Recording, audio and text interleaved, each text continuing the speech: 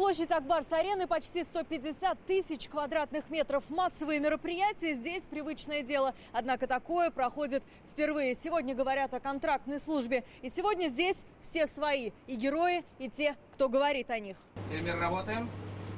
Кадре. Продолжаем наш телевизионный марафон «Все свои». И давайте озвучим некоторые тезисы. К большому телемарафону подготовка началась несколько дней назад. В прямом эфире режиссеры, словно дирижеры, управляют большим оркестром. Операторы, инженеры, осветители, звукорежиссеры, ведущие. 8 камер, 10 мониторов, сотни метров проводов и прямая трансляция ТНВ. Картинка, звук, речь – все должно быть на высоте все 12 часов. Это 720 минут. Или, говоря по телевизионному, почти 9 тысяч кадров. В прямом эфире работают 4 ведущих. Для Ильдара Киямова такой долгий марафон – первый за 25 лет работы на телевидении. Чтобы не сорвать связки и удержать нервы, есть свои секреты, говорит наш коллега. Действительно очень серьезная тема. И нужно серьезно к этому подходить, как ответственный человек, как гражданин, как журналист. От давления таблетку уже утром принял, поэтому я очень спокоен. Настало самое счастливое время снять обувь. Ведущие сменяют друг друга каждый час. Для Адели Коломиец время на каблуках стало испытанием. Я вот в следующий час обязательно возьму с собой стакан воды, как минимум, а если можно 2, потому что первый час вот как-то мы не упустили этот момент. Технически пока выстраивались, забыли, а это все-таки иногда першит горло, волнуешься, много мыслей и вот хочется пить. У меня дочка сидела по русскому языку, домашнее задание переписывала, а я сидела и ей рядом про СВО рассказывала. Вот, так и выучили вместе за вечер. Раздевалка Ак-Барс-арены сегодня стала местом отдыха и красоты. Спикеры здесь готовятся к прямому эфиру.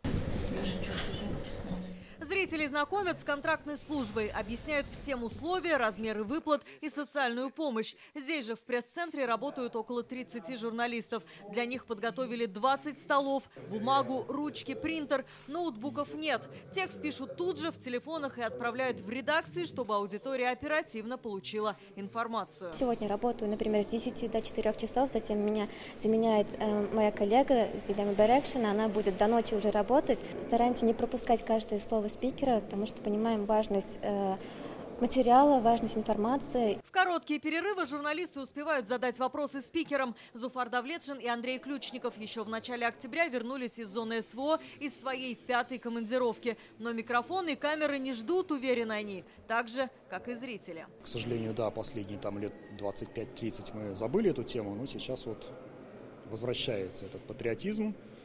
Потому что, опять же, тоже и будучи там, да, в зоне СВО, общаясь с бойцами, то есть они проникнуты этим патриотизмом, они знают, для чего они там, за победы и ради наших детей, чтобы вот то, что там творится, не пришло сюда к нам. Пусть не на одной площадке, но на эту же тему говорит специальный военный корреспондент батальонов Осетия и Алания Георгий Мамсуров. Дух солдат на позиции на данный момент на заоблачных высотах, его всего лишь нужно поддерживать. Чем, собственно, и занимаются и гуманитарные, и волонтерские организации, и в том числе песни и стихи. Это обсуждалось до этого в эфире. Это все тоже служит для того, чтобы поддерживать боевой дух наших солдат. Смена операторов за камерами по 4 часа. 8 камер передают эмоции героев здесь и сейчас. Видимо, уже организм давно подготовленный. Единственное, шея немножечко затекла. Специально подобрал обувь, более-менее удобную, которая была в моем гардеробе. Вот, запаслись водой, 4 часа без остановки, не отходя от камеры, выдержали. Нужно было всех между собой подружить в этом проекте, именно в этом проекте, потому что нужно было, чтобы ведущие прогрузились в эту тему, чтобы они пообщались между собой, чтобы они могли пообщаться со спикерами.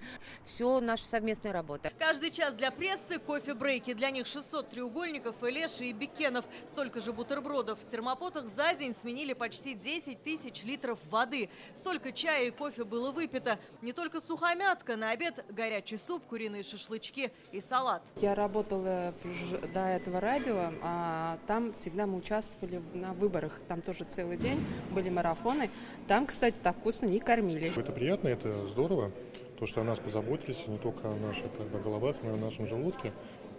Спасибо им большое. Телемарафон стал большой работой всей республики. К нему подключились города и районы Татарстана. Трансляция была в сообществе Республика Татарстан ВКонтакте, на сайтах ГТРК Татарстан и Герои России. Это огромный труд сотен людей.